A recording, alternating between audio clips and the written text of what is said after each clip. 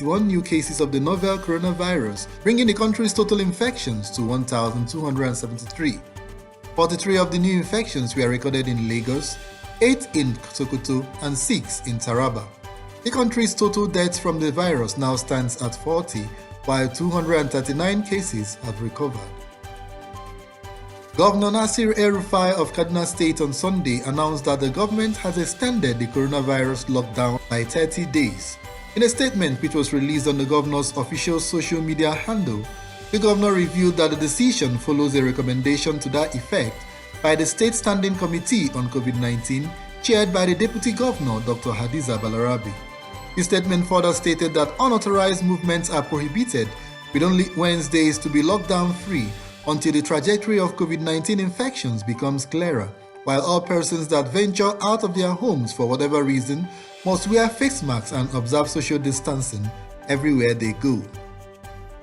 Kano State Governor Abdullahi Ganduje has directed the state's Ministry of Health to investigate causes of mysterious deaths reported in the state while assuring that the government was on top of the situation. A statement released in Kano by the state's Commissioner of Information, Mohammed Garba, said although investigations into the cause of the deaths were still ongoing, preliminary reports from the State Ministry of Health indicated that they were not connected to the COVID-19 pandemic, but most of the deaths were caused by complications arising from hypertension, diabetes, meningitis, and acute malaria.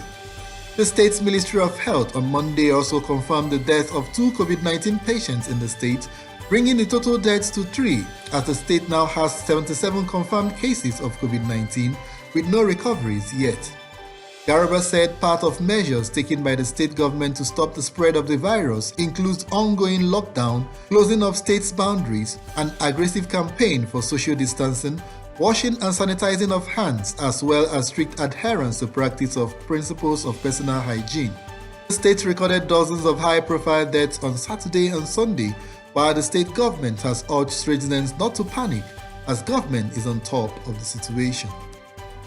A coalition of lawyers led by Professor Epifani Azinge SAN has sued the People's Republic of China over effects of the coronavirus pandemic on Nigerians. They are demanding $200 billion for the loss of lives, economic strangulation, trauma, hardship, social disorientation, mental torture, and disruption of normal daily existence of people in Nigeria. Professor Azinge further revealed that the team of legal experts planned a two-phase line of action, first with the Federal High Court of Nigeria and secondly to persuade the federal government to institute a state action against the People's Republic of China at the International Court of Justice at The Hague, while the Chinese government will be served through its embassy in Nigeria. Recall that in a related development, a Missouri United States Attorney General filed a lawsuit in federal court seeking to hold Beijing and Chinese Communist Party responsible for a pandemic that has now affected more than 900,000 Americans and killed more than 50,000, alleging that China, the Chinese Communist Party, and a host of other Chinese entities behaved negligently and deceitfully, making them ultimately responsible for the outbreak of the pandemic, its rapid spread, and the lack of personal protective equipment for medical workers. The House of Representatives will on Tuesday, the 28th of April, resume plenary activities amidst the coronavirus outbreak. The lower chamber adjourned plenary on the 24th of March to prevent the spread of the virus by a letter on the resumption signed by the Clerk of the House, Patrick Giwa, to all members, advised all members to abide by the COVID-19 guidelines approved by the federal government and the Nigeria Center for Disease Control (NCDC), and the additional guidelines developed by the House, which will be sent to members' pigeonholes for collection on resumption. A fire outbreak on Monday raised the Nigeria National Petroleum Corporation (NNPC) filling station in Ogba, Lagos State. The filling station, which also houses a cooking gas refuel plant in its premises, is surrounded by residential homes and shops, while eyewitnesses reported that the firefighters took a while to appear at the scene, while the cause of the inferno is yet to be ascertained.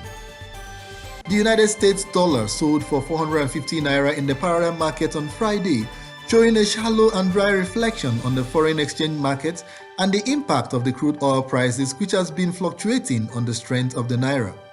The President, Association of Bureau de Change Operators of Nigeria, Alhaji Aminu Gwadabe, stated that the 450 naira per dollar rate that closed the week on Friday was a reflection of the weakness of the forex market, coupled with the impact the negative territory of our crude oil prices happened on the need for the regulators to think outside the box in enhancing liquidity.